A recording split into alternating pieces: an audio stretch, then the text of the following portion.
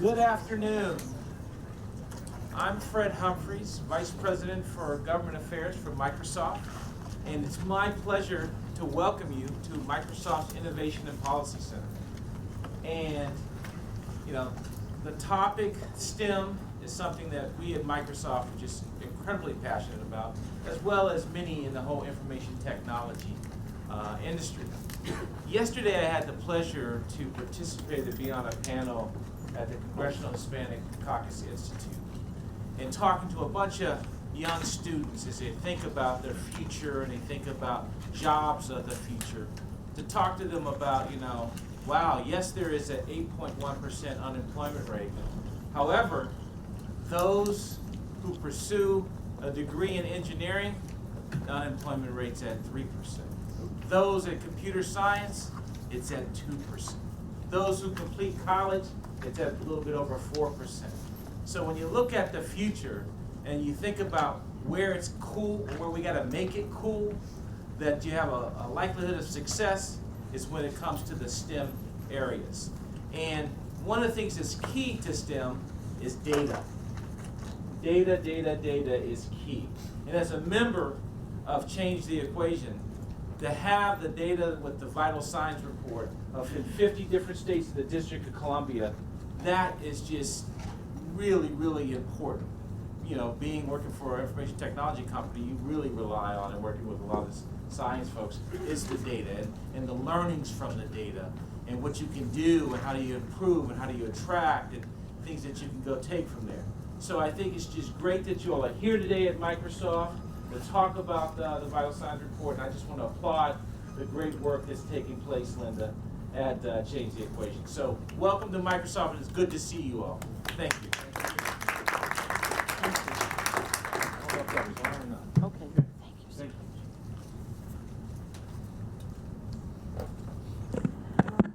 Good afternoon. I'd like to add my welcome and certainly thanks to Fred and to Microsoft for hosting us here and for giving us such a warm welcome. We are really delighted to be in this space for such an auspicious day.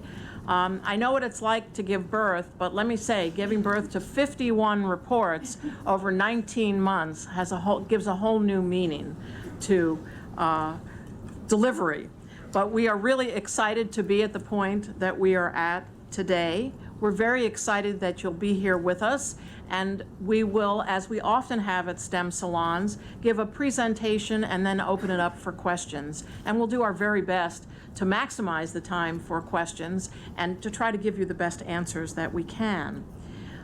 The reports that we call the vital signs provide the most extensive and reliable set of indicators that are comparable across the states. And again, that's 51 reports. We consider DC a state. We passed the whole colonization deal.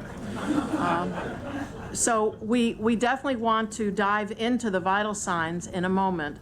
But first I have to extend two levels of thanks. One to my incredible staff, without whom these reports never would have been. So each of you staff people, stand up, raise your hand, wave, let yourself be known. And some of them are outside. And also to the American Institutes for Research, please stand up. We've got, come on, no shyness here. Because without their incredible help, well, frankly, we couldn't have done it. They know stuff we don't know. They know how to do analysis, and they have licenses to do analysis that we wouldn't even dream of applying for. So that's really what's making this all possible. What I'd like to do is introduce a very esteemed panel. Yes, we are up very high, so we're looking very tall. And then I'll give some context for the vital signs. Klaus will introduce, and then we'll turn back to our panel. First is Carolyn Landell, Chief Program Officer of Washington STEM, the other Washington. In 2009, she joined a team that was charged with uniting business, civic, and education leaders in improving outcomes for Washington students in STEM. The group launched Washington STEM, where Carolyn serves as a member of the leadership team. She also represents Washington STEM on the Network Council of STEM X, which is not X-rated, even though it sounds that way. It's a multi-state network that provides an avenue for states to share, analyze, and disseminate quality STEM education tools that transform education, expand the number of STEM teachers, ultimately increase student achievement in STEM, and grow tomorrow's innovators. Before coming to Washington STEM, she was part of the STEM education program at Western Washington University, where she taught biology, as well as a science education leadership course for K-12 teachers. Seated next to Carolyn is Jean Wilhoit, I'm sure a familiar face to many of you, the Executive Director of the Council of Chief State School Officers. Surely no stranger to us, he has served as Executive Director of CCSSO since 2006, after having spent his entire career serving education at the local, state, and national levels. Before coming to CCSSO, he led 2 state education agencies, Arkansas and Kentucky, and we happen to have 2 reports, where he shepherded a range of reform initiatives for the 2 states. He also served in the U.S. Department of Education before assuming the position of Executive Director of the National Association of State Boards of Education. And he began his career as a social studies teacher in Ohio and Indiana. Klaus von Zastro, next on the panel, is the Chief Operating Officer and Director of Research of Change the Equation, and quite honestly, the godfather of the vital signs that we're about to release. He oversees research at Change the Equation, and I think he's probably the happiest person and surely the most exhausted person in the room, because this has consumed Klaus for the last several, I won't tell you how long, but he has. Most recently, he was Executive Director of the Learning First Alliance, where he worked to facilitate collaboration at every level of the education system. So with that, let me dive in to the vital signs. I think on your chairs you found a few goodies. Let me just give you a little bit of context about why vital signs and why Change the Equation would do vital signs. And I've got 2 quotes up here. The first one is from Edward Deming, "In God we trust, all others bring data." And the other is anonymous, we're not quite sure to whom it should be attributed. "Without data, you are just another person with an opinion." That's really true in Washington, D.C. And that ethos is really what has been driving the corporate community, not only in terms of their own core competency, how do they meet customer needs, how do they maintain profitability, but also their interest in education. And it's very clear that the education community is also really moving towards a much more data-driven kind of situation. So it was that recognition that Change the Equation opted to embark on this project. What are vital signs? In 2012, they have 4 parts. First, the 51 state-specific summaries, and you have at your seat a copy of 1 or 2 of those, a 4-page handout, the kind of thing that a stakeholder who doesn't have much time would need to see. That's really a summary, a high-level summary of the data. A web-based platform, so there's the usual map of the United States that you mouse over, choose the state that you want, which has over 50 indicators per state. So it's far richer than we have in the short summary. Another feature of the website is that you can do comparisons. And one of the things that we've heard from many groups, for example, is, well, we want to know what other rural states are doing, or we want to know what other states with a high percentage of English as a second language students are doing. And the website enables the visitor to choose a number of states, choose a number of indicators, not infinitely many, but a number of indicators, and then really look and compare and contrast data. So we think it's a very, very rich source of information. You also have what we are calling the next frontier for STEM data. So even while we were doing this incredible amount of work on the vital signs, we kept coming across questions that were critically important for which we did not have answers. So as proud as we are of the web-based indicators, we are also fully cognizant of the fact that more data is needed. There are also 3 briefs that we have been releasing over 2012. Some of you have been to previous STEM salons where you've heard about them all over the map. Talks about where we set science proficiency in 8th grade. STEM Help Wanted is one of the most popular pieces. It talks about state-by-state analysis of how many STEM openings there are for every qualified unemployed STEM professional. And Lost Opportunity is a look at out-of-school programs for youth. How did we create the vital signs? Well, of course, this is Washington. We had an advisory group. We brought a number of experts together who very much are versed in data sets and what states have to say and what states are doing. And they gave us a very long list of possible indicators. We turned to American Institutes for Research, whom I introduced before. They helped us cull down this long list of indicators and to really begin to focus on what we could look at. Our companies wanted data that was comparable across states because many of our companies have multi-state presence, and that was one of the criteria that we found. So that's one thing that we want to recognize. What you see are the sources of data that we used, but to say the U.S. Department of Education, there are many parts of the U.S. Department of Education from which we got data. State departments of education, well, there are 51 of them, and within each one of them, there are many, many individuals who played nicely with AIR to provide, some of the time played nicely with AIR, to provide the data that we needed, College Board and so forth. And all of this is really made possible through the generous support of the Bill and Melinda Gates Foundation. So what were the areas that we were looking at? What you've got here, in a sense, are the buckets, the kinds of questions that we were trying to look at. What's the demand? Are young people learning what they need to meet that demand? Are states setting expectations and standards aligned? And all the way down the list to the last one, which says, do schools and educators have the capacity and support to reach the goals?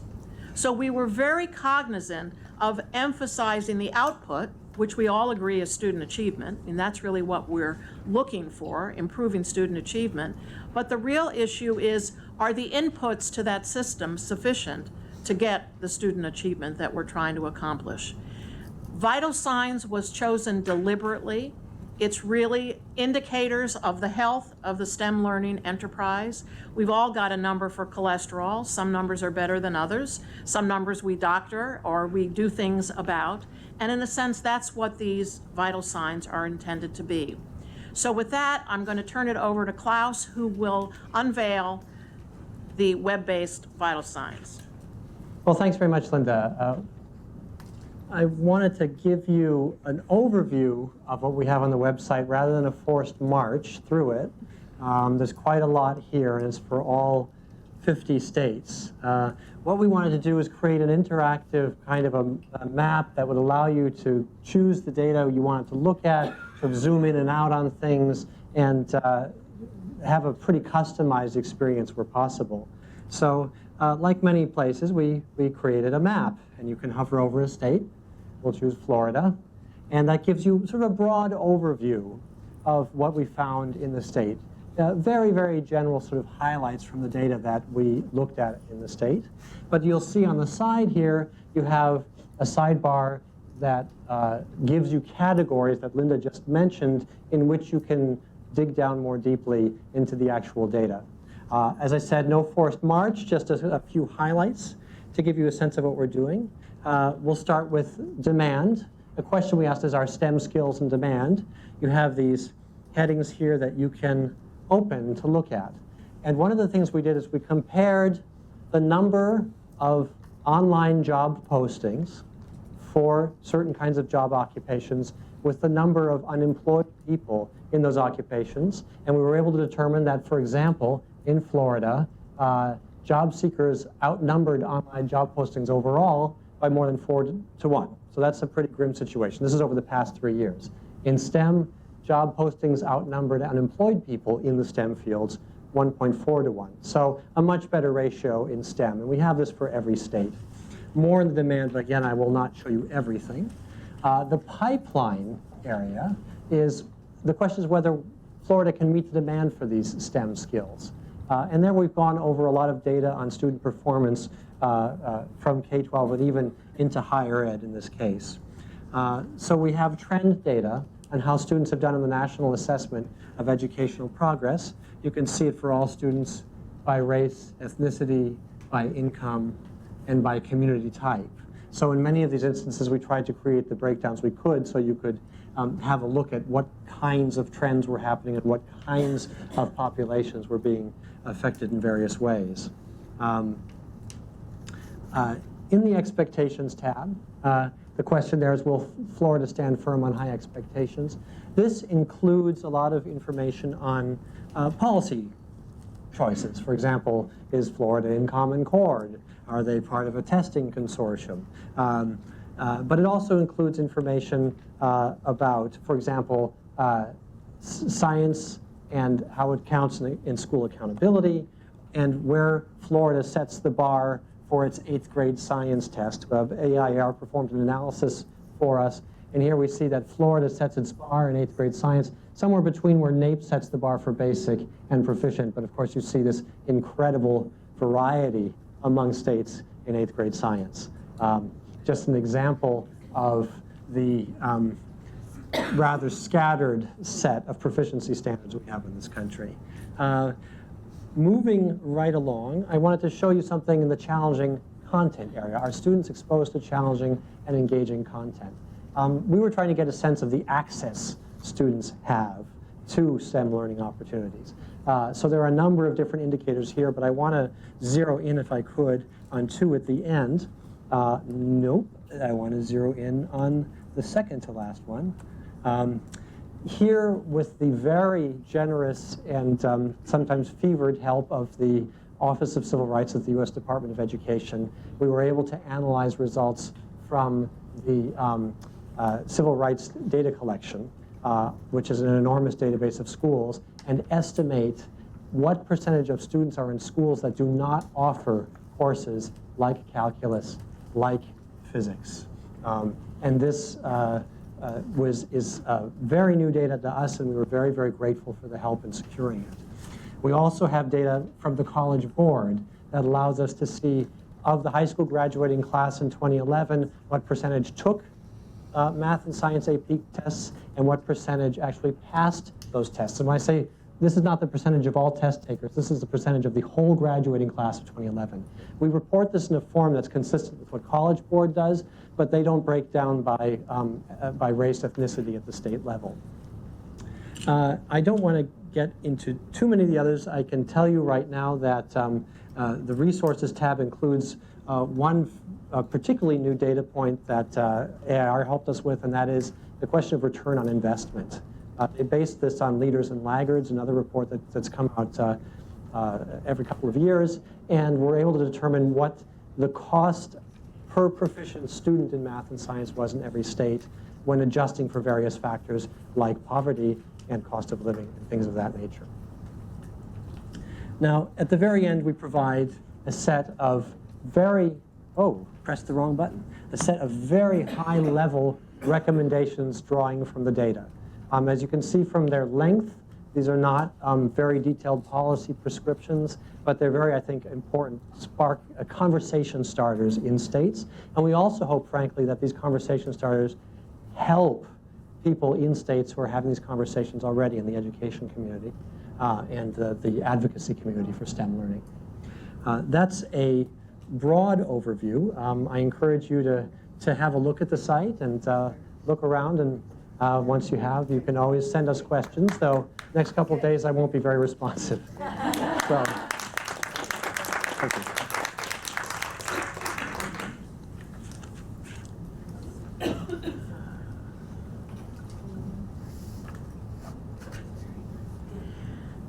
What I just would emphasize, sort of to pull this together, is there are really 2 kinds of data points. Some of them are reporting on existing data but updating it.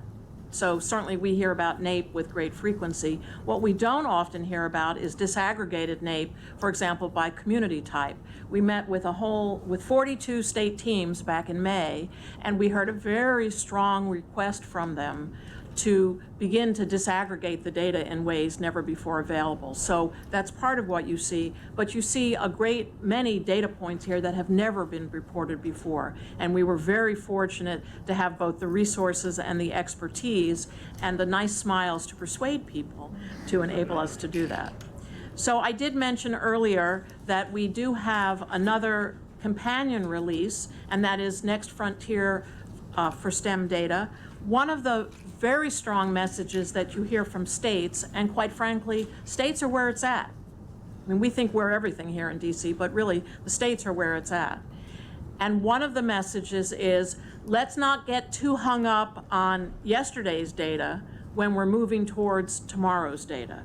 Let's not get policymakers bent out of shape on an assessment that we're moving away from when we're moving towards something new. And that is a legitimate concern and a legitimate issue. What we tried to do is to begin to recognize that, in fact, there is a next frontier. There are many questions for which we don't yet have answers, and we do recognize Common Core is a very good example. There are new assessments coming down the pike for Common Core, and many states are going to move from their existing assessments, which we might be wringing our hands over. I mean, they have plans in place, and we don't want to upend that. So what we don't know really can hurt us, and that's the purpose of this particular document. With that, let me turn it over to Carolyn. Well, my name is Carolyn Landell, and as Linda said, I'm the Chief Program Officer at Washington STEM. We're a relatively new statewide nonprofit established to advance excellence and equity in STEM education. We do that by making catalytic investments, as well as surrounding those investments with a robust approach to evaluation, advocacy, and communications to really accelerate the spread and the impact of those investments across our state. We serve as something of a go-to organization in our state on issues of STEM education, and as such, Change the Equation invited us to assemble a team to bring to that Vital Signs Forum back in May that she mentioned, convening of statewide leaders from across the country that was really designed to help shape both the content and design of the Vital Signs report, giving states a chance to really weigh in on this project, given that, as she said, states are where it's at. We have a team of 5. 2 from our staff, alongside a member of our State Board of Education, a leading education advocate from our House of Representatives, and our Deputy State Superintendent of Public Instruction. And we joined about 200 others from across the country for that 2-day discussion. What we saw through that discussion and what you see today is really the Vital Signs offer a really comprehensive look at data currently available from a variety of sources that aren't often brought together. So much like Change the Equation and state organizations like ours are bringing together, sorry? Absolutely. So much like Change the Equation and organizations like ours are trying to bring together diverse stakeholders that too rarely get together, this report, I think, does that as well. Brings data together in a way that we can look at it in a more holistic and meaningful fashion. I think the value of the approach really can be measured by some of the perceived value of the report from the states who attended that forum and who will continue to use the report on the ground. We helped organize a survey of the states who attended that forum, and over 80% felt like this report was really important to as much as critical in advancing their STEM education efforts on the ground. 96% actually reported they anticipated they would use the report. Now, when we asked them what kinds of ways do they imagine using the report, we heard a few themes. Really to support their advocacy and awareness efforts around their state when they're raising the profile of STEM education. We heard that they'll be using it in case-making efforts in their local and state STEM plans. We often heard this is going to be a great data source to strengthen reports and documentation and communication efforts. And really is content that can bring together people and facilitate collaboration across stakeholders, particularly across business, education, and policy. So what does that really look like on the ground? Again, as Linda said, where it's at is really in the states. So I'm here to kind of make sense of, at that high-level survey, this is what they're telling us. So what does that look like? How does that translate to the actions you could see if you were to visit a state? And I'll begin, of course, with my own home state of Washington. What are some examples that we at Washington STEM are doing to help use this report to drive our work? Well, first of all, we've called upon each member of our team that attended that May forum to share this report and the findings with their constituents. So in other words, we asked each of our team members to go to work, which means you might want to have some caution when you're asked to be a part of a Washington STEM team, I suppose. So for example, Representative Maxwell really intends to bring our vital signs report to our Quality Education Council and the House Education Committee. Trey Maxey on our State Board of Education intends to bring that report to their next meeting. And both of those efforts assure that STEM is really on the front burner of the education agencies in our state that are responsible for implementing and stewarding our state's basic education plan. The Vital Signs Report is also a really key takeaway for a business breakfast series that we host for corporate executives. This is a monthly series where we gather them together, and this becomes a valuable tool we can provide them to guide their thinking about their corporate engagement, advocacy, and philanthropy. Now, while those efforts reach kind of the grass tops community, we're also committed to assuring that the Vital Signs reaches our grassroots communities as well. We have a community-based STEM network approach that works with local regions and constituents to mobilize educators and economic leaders around STEM education. And our group in South King County is actually hosting a viewing party of this webcast right now. So here's a shout out to our colleagues at South King County. To push beyond just awareness and to really spur action, we're also kicking off a social media campaign that starts today. And this campaign really invites the public at large to share what they're doing to drive improvements consistent with the recommendations in the Vital Signs Report for our state. We'll have a public voting period to identify some of the most compelling and exciting ideas and reward them for those efforts. Now, you can be sure that Washington STEM also has responsibility in how we're using vital signs in our day-to-day core work. Investing, as I mentioned, in STEM education is central to our organization's theory of action. We've invested over $3 million in our initial 18 months of operation. And I'm excited to say that we can already see how our efforts are aligning with the 3 recommendations put forth for our state in vital signs. So the first recommendation was, how can Washington STEM really ease that transition between high school and college? And as an example of that, we've invested in the community school in Spokane in Eastern Washington, a school that really seeks to provide alternatives to the traditional high school experience. And this program really aims to reignite kids' interest in STEM through a project-based curriculum, internships, and job shadowing. Recommendation 2 was around how can we really improve teacher preparation and teacher support. And an example here, we've invested in Seattle University because we saw great promise for an innovative university-school partnership that could address the very real shortage of mathematics teachers by building the capacity of their existing teacher workforce in the district and engaging them in mathematics in new ways. And recommendation 3 for our state was to really light the fire of students and inspire their interest in STEM, and in particular for underrepresented populations. And here I'm really excited to report that we've made a recent investment in a project in Central Washington that's creating novel STEM kits to go home with families that live on the Yakima Nation and the Colville Federated Tribes to ensure these kids are getting opportunities for engaging and enriching STEM activities that they can do in their homes and out of school time. And certainly as we look ahead to we'll redouble our efforts to ensure our future investments are made where the data tells us we can have the greatest impact. Now, Washington State is just one state that's putting the report to good use, and as Linda mentioned, we're a member of a consortium of states, a multi-state network called STEMx, managed by Battelle, that's working collectively to advance STEM education. And through this network, we communicate regularly with the other states and form collaborations to support shared goals and priorities. And I'd like to offer some highlights from what we're hearing from our STEMx states and how they're using vital signs. California mentioned that, as Linda mentioned earlier, there was that Help Wanted report, and this was a report that was really valuable to them for testimonies that supported their legislative activities on high school graduation requirements. And they're excited now to use the vital signs as they continue their advocacy efforts to support the adoption of the next generation science standards.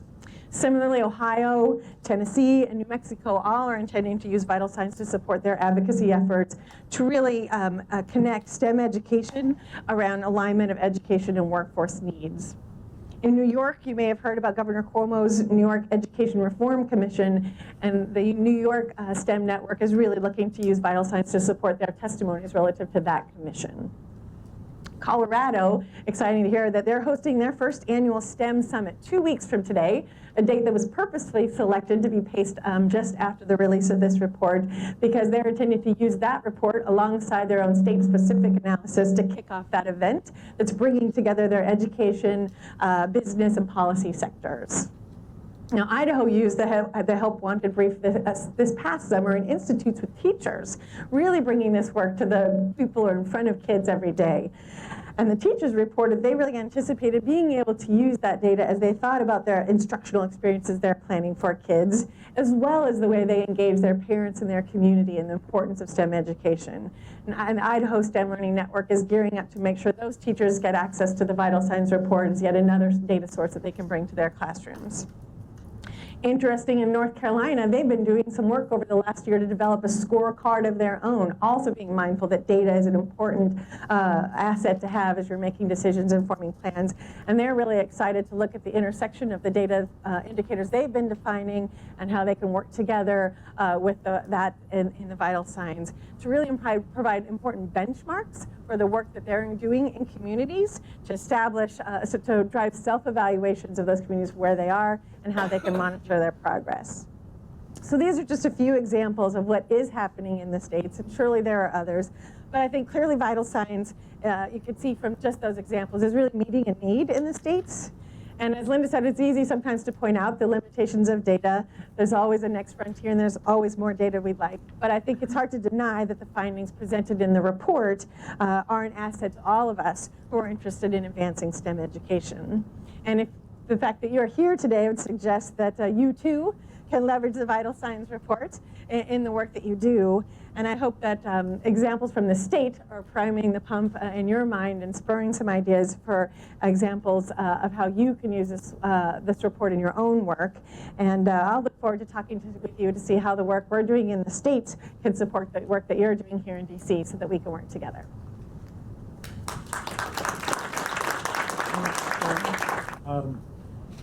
I guess as I look at STEM and the condition of STEM in the country today, I would characterize it as a lot of noise, but not enough action. And so what I want to address, I think you're on. what I want to address is from a state perspective, what I honestly see as some opportunities, some movement that's underway, and then address a bit of some of the concerns we have about where the energies need to go in the next year, 2 years, 3 years, or 4 years. As you talk about, as Carolyn talked about, the way in which communities can come together to support STEM, I hope it's helpful to think about what you might get behind and how you might probe the system for a greater action. So first, I applaud the focus on the states. You can clearly see that in education policy making today, this is an appropriate attack on the issue. We're not going to solve our problems about the lack of high quality STEM education with a nationwide campaign. We're going to have to, as cumbersome as it is, we're going to have to go at this in 51 different ways. It's part of our heritage. It is something that people accept, and more so, the political winds in the country are blowing toward the states against the federal intervention strategies that we've seen over the last few years.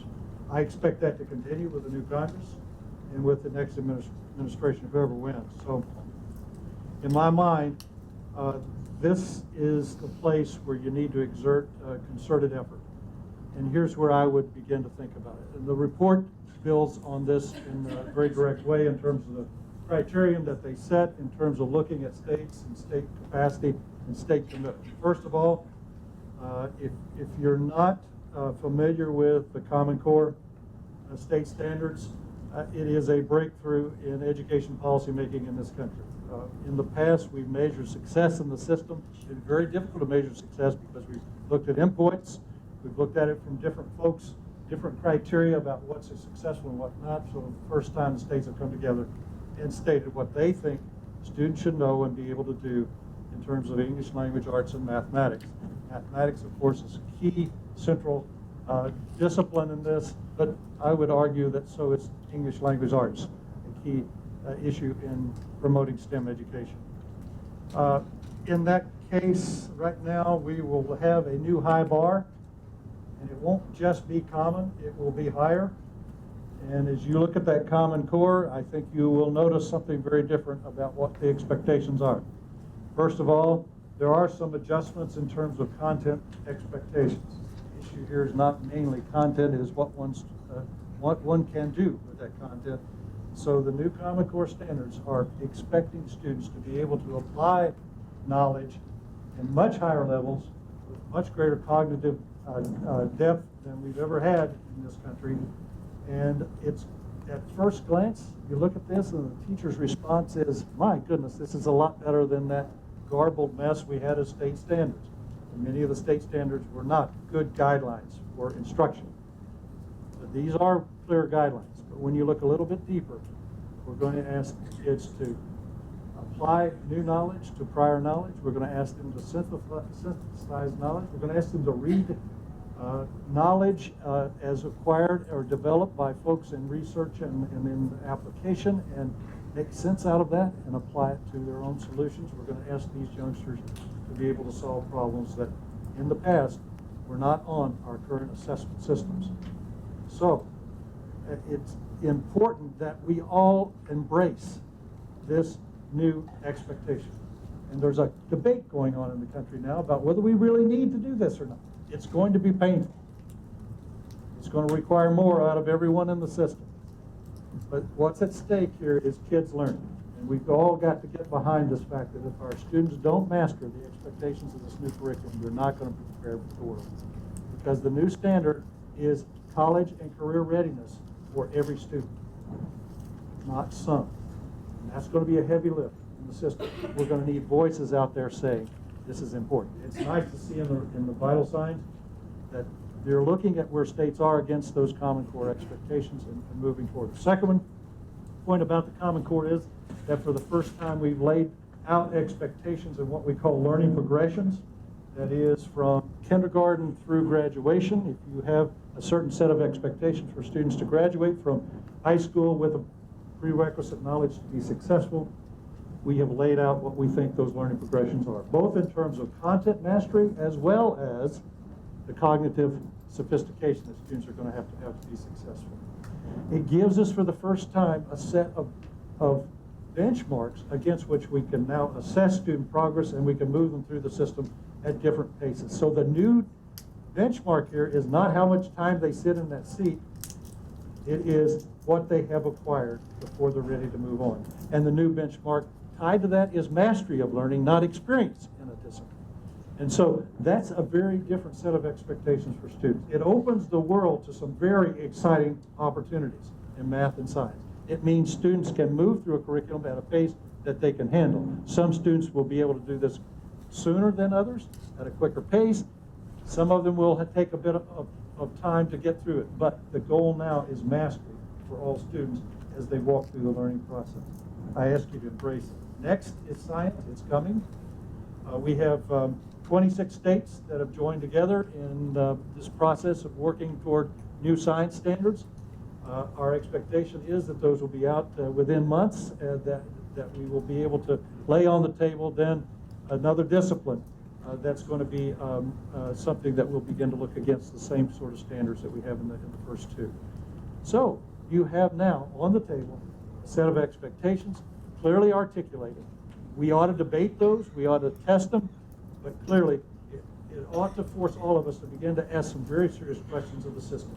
Are you embracing these kinds of expectations? Do you believe all kids should be prepared for future educational success once they graduate?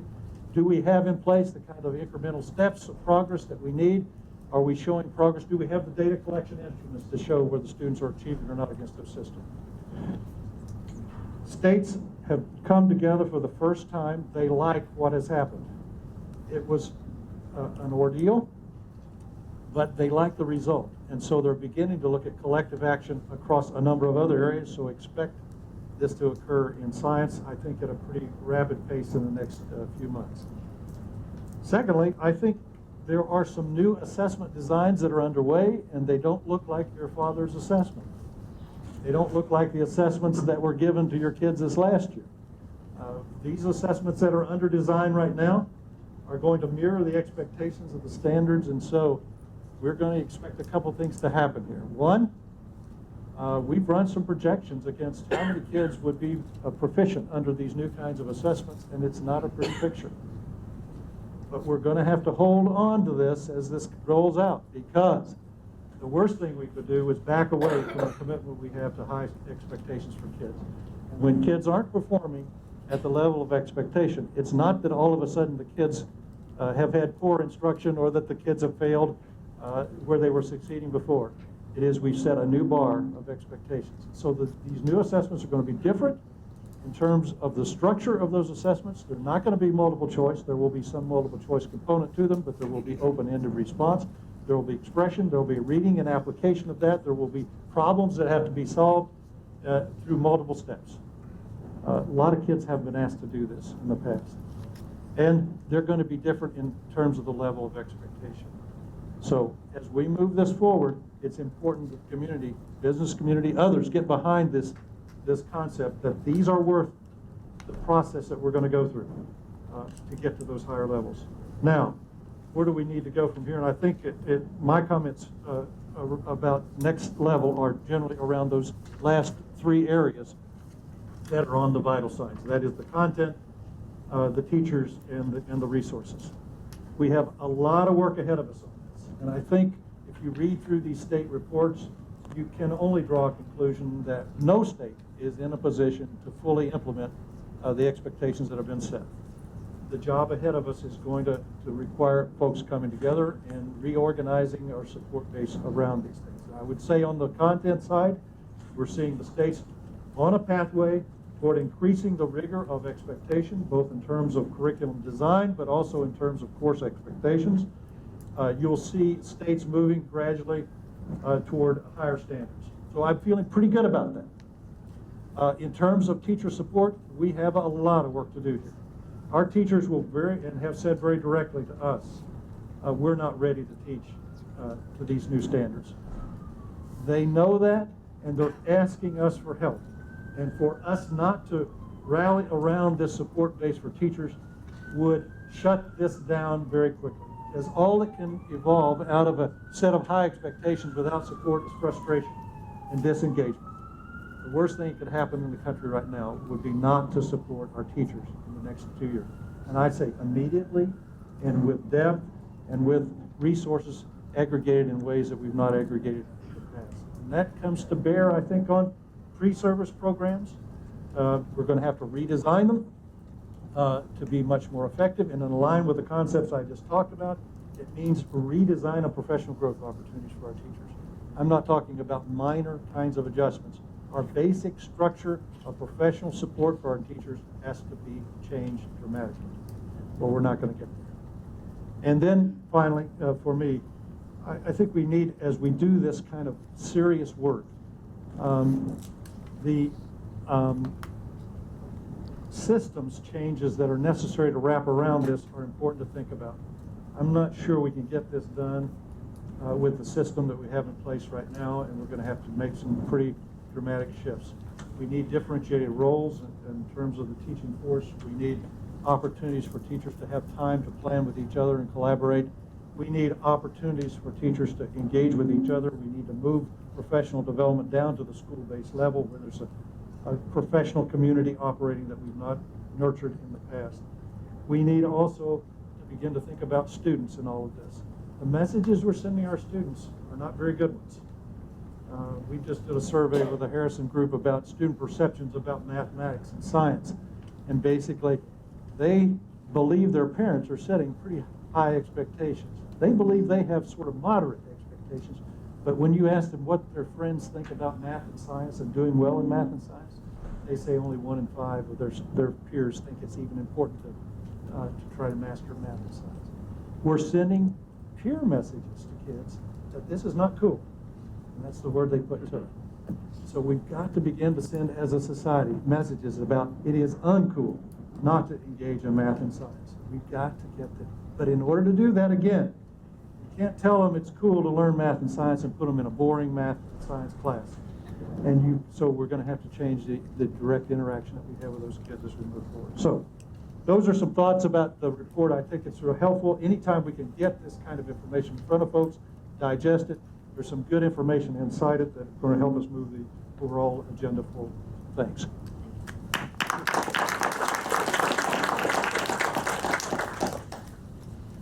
Because we are webcast, I'm going to ask that folks who have questions line up by the mic to be sure that those who are watching the webcast can hear the questions being asked.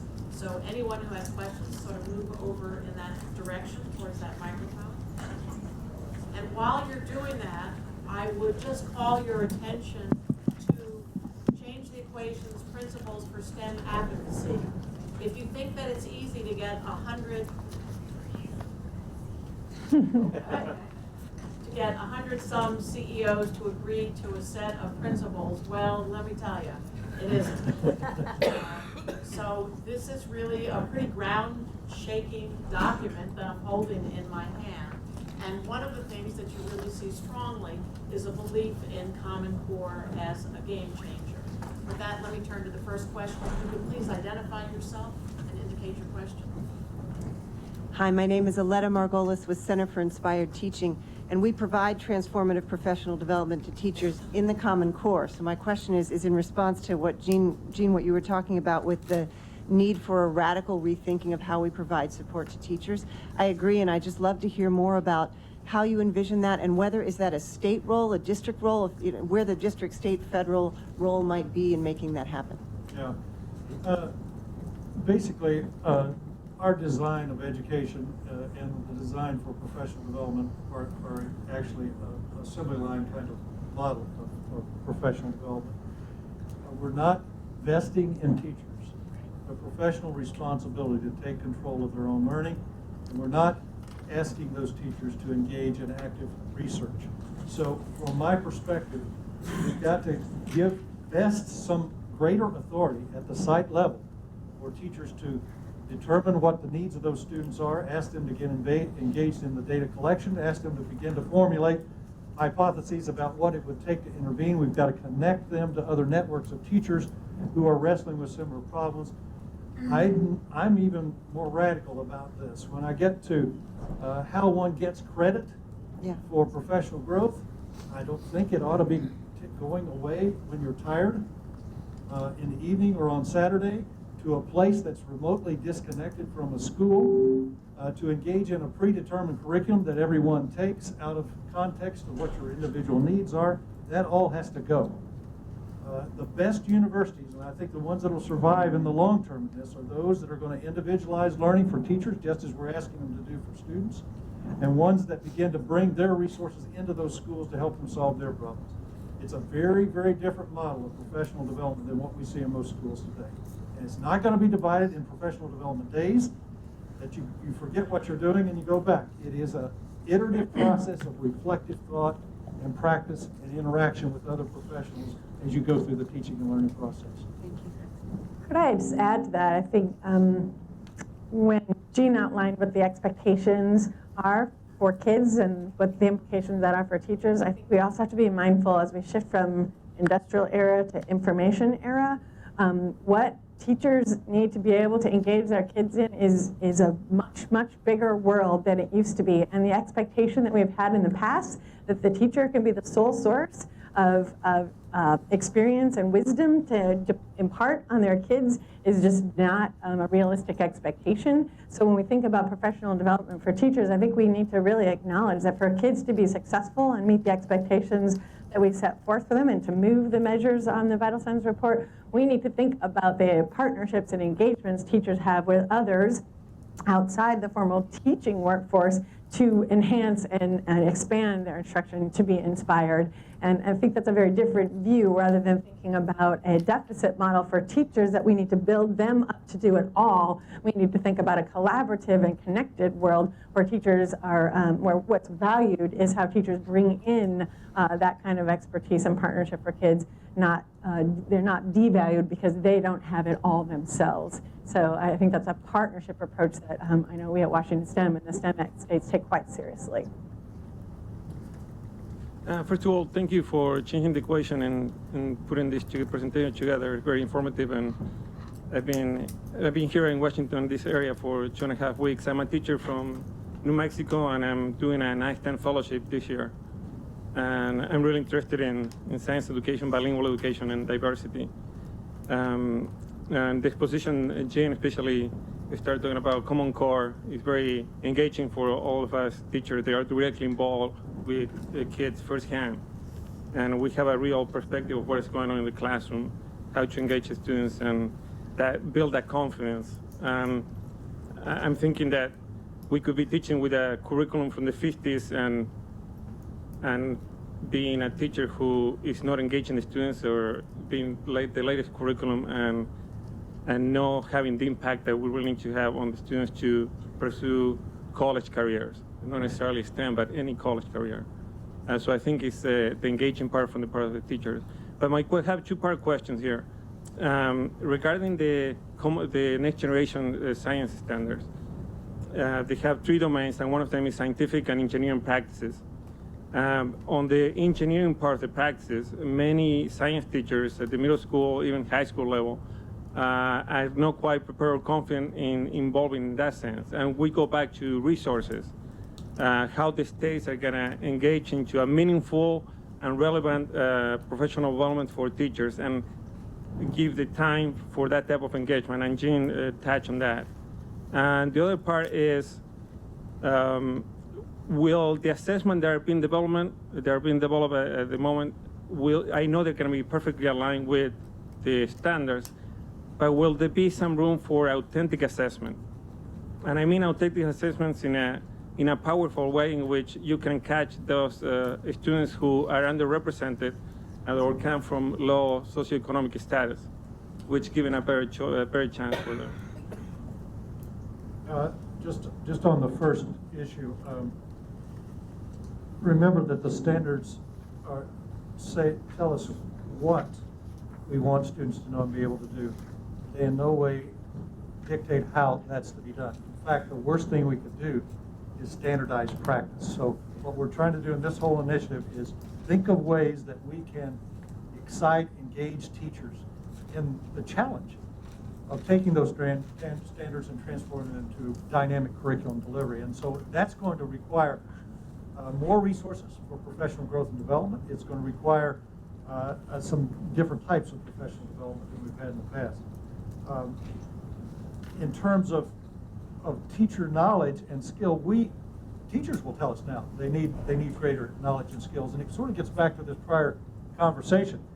If a teacher is operating under the assumption that they're going to have all the knowledge that it takes to deliver this curriculum, they're going to be terribly frustrated. So it again is important that we begin to think about the fact that actually holding all the knowledge inside that classroom today, in this world, is a confining experience.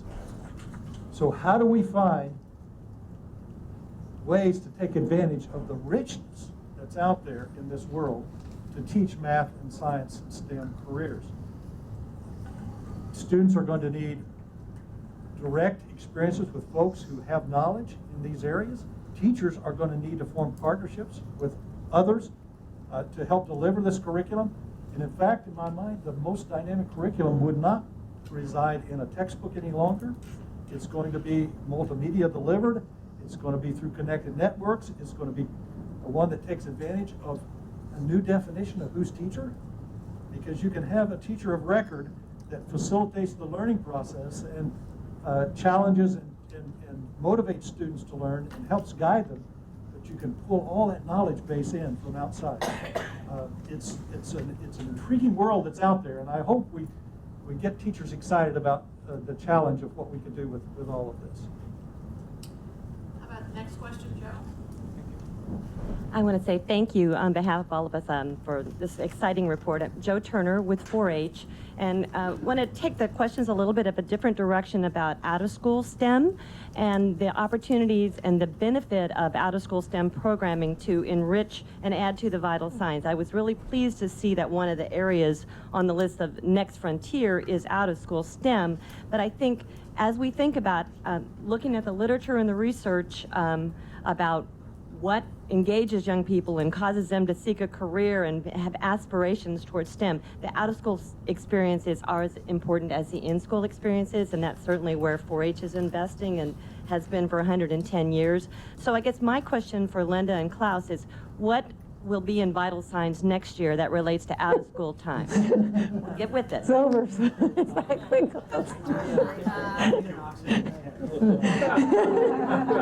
First, we need a little sleep. How about take a week off and then jump right in? That's an excellent question. Out of school is one of those areas that's crucial, critical, and extremely difficult to measure.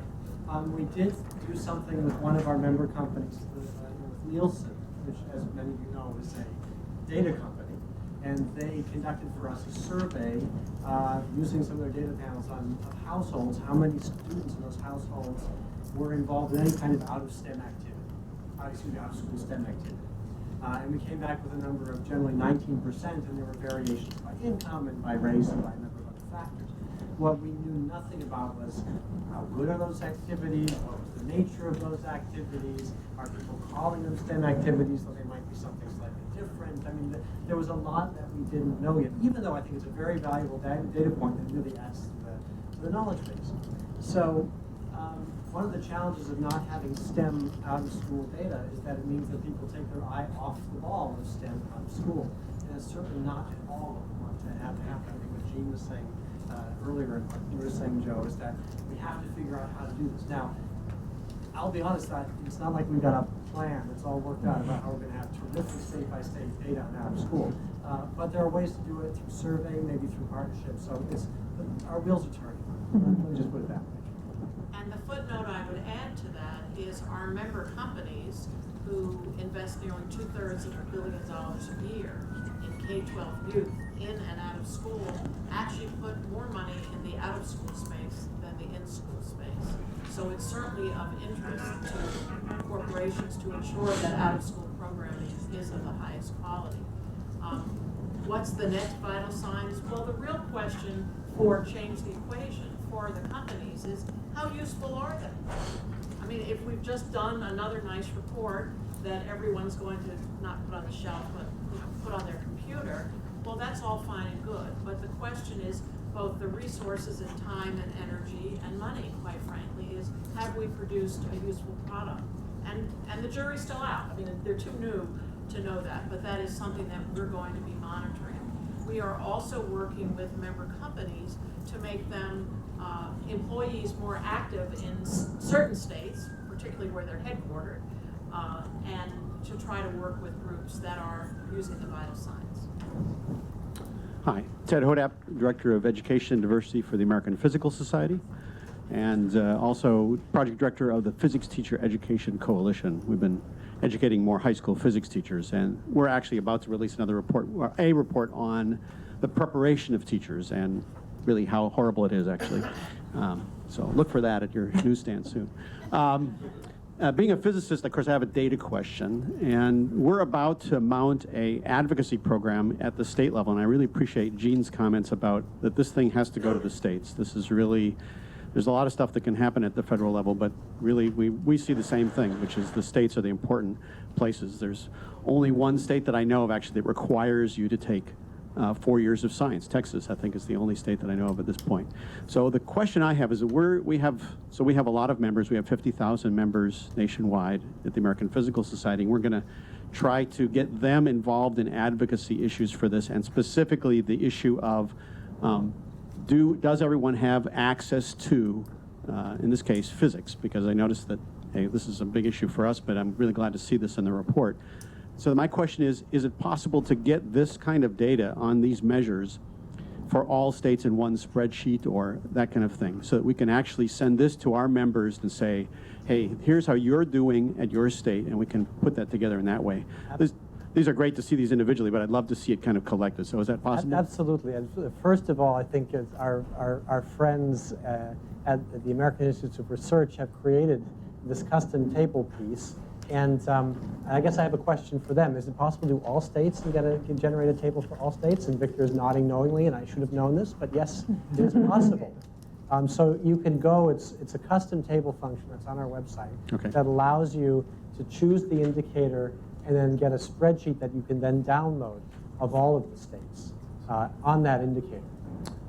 One of the things we're going to do at some point, not too far in the future, you know, in informal ways and perhaps more formal ways. While you're on leave? Yeah, have fun with it then, is look at some of the national trends. We were very careful not to make this a, you know, hit states over the head through comparison and give them grades kind of a report, just because that's not the tack we want to take. That a lot of states have been doing really heroic work, and I think need to be commended for that really heroic work, even if it hasn't produced exactly the gains they'd hoped for just yet. But that means that we also didn't want to say this is the great state and that's the lousy state so much. But for comparative data that show us trends that all states can act on and then look to other states for guidance, that's how we'd like to use that. I'll just follow up that we've also been collecting data on these kinds of things. So if you're interested in this data and you're thinking about your next thing, I think we should all think about how we share this data. This is a great platform that I think a lot of people can see it in. We'd be happy to contribute that to. Absolutely. So, thanks. Hi, I'm Mary Reiner, and I'm the Director of External Relations for BASIS Educational Group. We are the management organization for BASIS schools, nationally ranked. And we believe that nothing lights a student's fire like a teacher who is passionate about his subject matter. 100% of our teachers have degrees in the subject matter that they teach. 60% have master's degrees or PhDs. In the 6th, 7th, and 8th grade, we have 9 hours of chemistry, physics, and biology a week. All of our students must take 6 AP exams in order to graduate from BASIS. Everybody gets to AP Calculus. Everybody must take an AP Science, and we have an 88% pass rate. We have a new school here in DC. The dedication is next Friday. Craig Barrett, who is the chairman of Change the Equation, is the chairman of our board. He will be speaking. If you would like an invitation, come see me. My question to the panel is, here we have the solution to America's STEM problems, and we can only exist in a handful of cities across the United States because we do not require our teachers to be certified. They must be subject matter experts. So what can you do for us? Well, just a couple things. First on the preparation side, we'll be issuing a challenge to the states in November. It will be to redesign preparation programs in the states. It will impact very directly licensure requirements. It will call for a different way to determine readiness to teach, and it will redesign program approval as well as open up greater database opportunities. So there is some policy movement coming collectively among the states that you'll see a number of actions in the next few years. One underlying assumption in that is that there is no longer going to be a single pathway to a teaching profession. What will count is what a teacher can do, knows and can do. And in order to do that, you're going to have to change the current entry-level requirements, licensure requirements, of those sort of generalized knowledge test to actual performance tasks in front of real kids. And so it will measure both knowledge as well as ability to relate to students and to impart knowledge through your discipline. That's pretty radical. So we will have multiple pathways into the profession, and we will recognize those, but everyone coming into the profession is going to meet certain threshold capacities in terms of knowledge and skill. I think you'll see that will begin to open the system. That's great. Thank you. Hi, I'm Samantha Olivieri at gradeschools.org. I'm really excited about all of the transparency around getting this, transparency around the inputs and the outputs that this data and this report is going to bring. My question is, what can we do to increase the transparency on these different data points at the school level to help parents, when parents are making school choices, to help them identify quality programs in the STEM field? And then also around identifying more sophisticated measures of on track for STEM success to help parents intervene at an earlier stage when their students are, to know how well they are to be on track for success in these fields. While everyone's gathering their thoughts, I'll make one observation. Klaus and I did what's called a multimedia tour this morning. We had interviews with 20-some local TV and radio stations, and I think almost every single one ended with, well, how are we going to get schools to know about this, and how are we going to get parents to know about this? So there's clearly a thirst for what you are talking about. Carolyn, maybe you have... Yeah, absolutely. So I can tell you where we are and taking some small steps towards that at Washington STEM, and maybe you all can help us think how we even grow that further. So one of the things I mentioned to you, we do make investments, and many of those investments are to individual teachers in classrooms. And in anticipation of this release, we included those teachers and principals and administrators from those schools in our communications and said, here's the report. We created a toolkit in combination with the resources that Change the Equation made. Say, here's some ways that you can use this report, either in your classroom or with your parents or with your school board or with your PTA. So really equipping them with some things that can make it easy for them to turn the report into a tool that they can use to dialogue with stakeholders about the state of our state, and then they know their own school situation and they can talk about how they compare and contrast to that and what steps they might take. And I think our other, I mentioned in Idaho, the Idaho STEM Learning Network actively used the initial Help Wanted report in the professional development they were doing with their teachers and see the vital signs as yet another resource to begin to build. So I think there's a great opportunity for transparency when we think about the policy and grass tops level, but we also think it's really important to bring these conversations into the schools, into the teacher workforce, and into the teacher, parent, teacher community conversations as we all work collectively towards ways we can change our actions, our behaviors, our engagements in response to the recommendations that the report puts forward. I think we can take just one more question. You all are incredibly patient, and we'll mill around afterwards if you want to ask more, but if we could take one more. I think I can answer. I'm with the Civil Rights Data Collection, and the data that was collected is collected at the school level in 7,000 school districts, and that includes who's the STEM questions, all the STEM courses, and the high school math and AP courses. So you can go to ocrdata.ed.gov.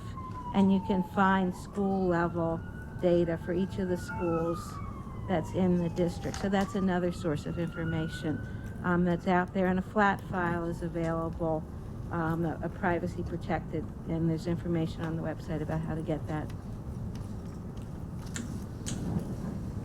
Good afternoon. My name is Shelley Johnson, and I'm the director of spark101.org. It's a free online resource targeting high school to college, getting kids excited about STEM through real-world problems presented by cool industry professionals, and it's all tied directly to curriculum, national curriculum and standards.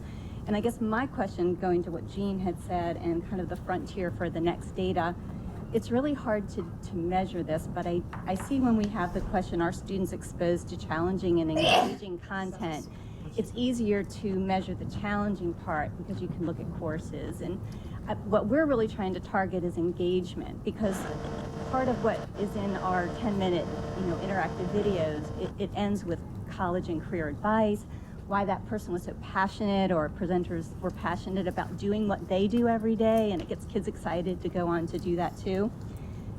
Are there any thoughts on how we could measure engagement in the future a little bit to really get that inspiration or that piece? Well, I know that's tough. Change the Equation is more focused on the middle school level. We are in November launching an online free game-based learning environment where we are going to provide opportunities for kids, anybody, to explore their own interests in the context of practicing STEM professionals.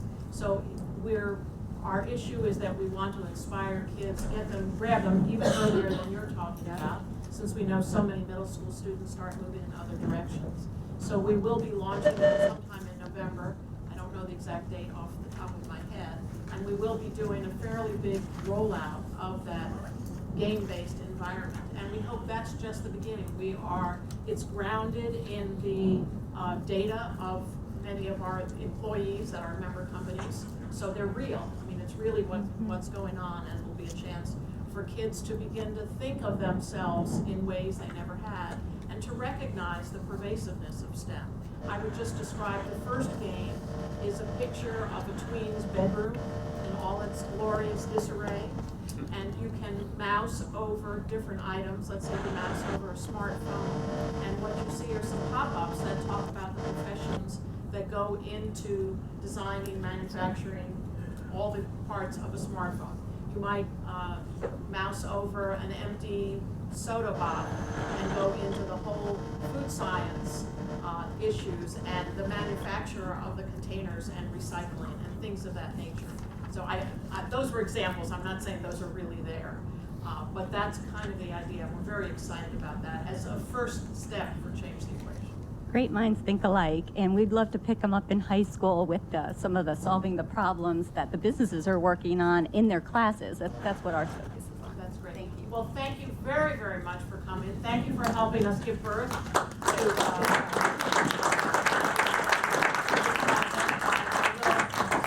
we are very proud of the work that we've done, and we hope you share the sense that we have something to be proud of. Thank you so much for coming.